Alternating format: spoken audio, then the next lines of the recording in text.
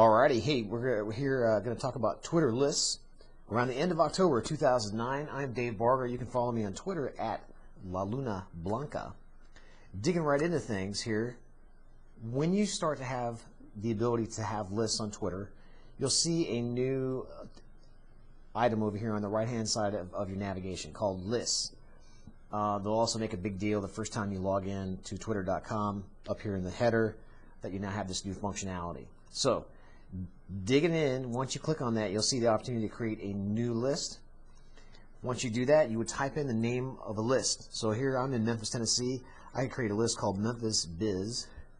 I have the choice to make it public or private. If I make it public, other people can see it, and they can also subscribe to this list that I create.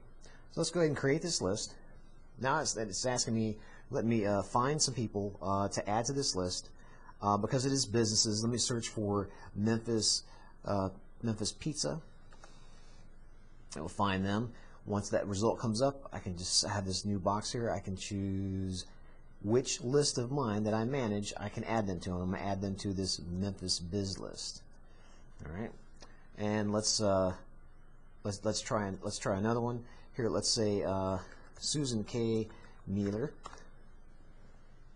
over at Answering Advantage, and I can add her to the list.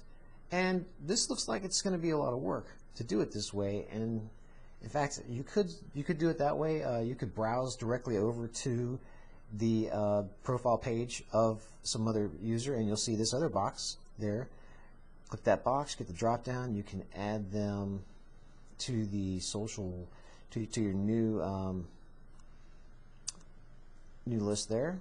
And this is one of the problems we've noticed here. It'll sit there, and sometimes that'll take a while before it actually catches.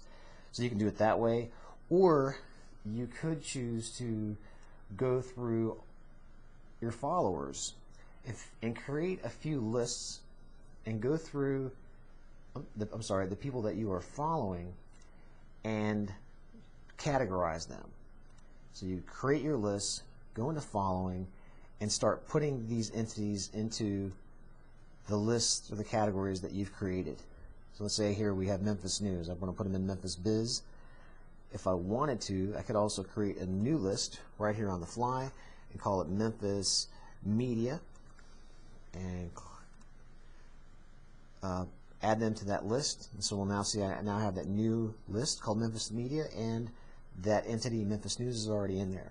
So I could go through here and painstakingly add these folks to the appropriate list, and it takes a lot of time, and so there is a huge time investment initially that you're going to have to go through in order to get your list going. Now if you know enough people that already have lists and you like the list that they have, you can go to somebody else's profile and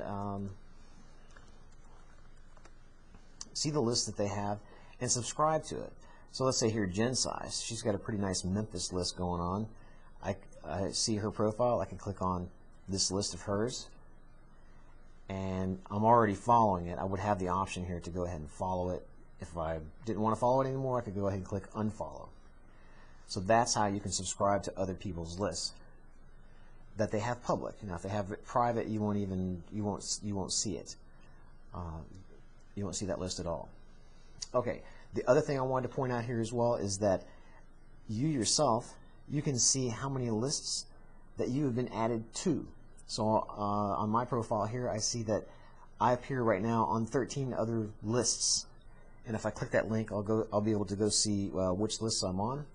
That's pretty much it in a nutshell. And if you really start to think about it, you can see that there is going to be just a whole lot, many different things that you can do with this utility of being able to categorize, almost like create channels of views that you can have on here. This is available only right now at Twitter.com.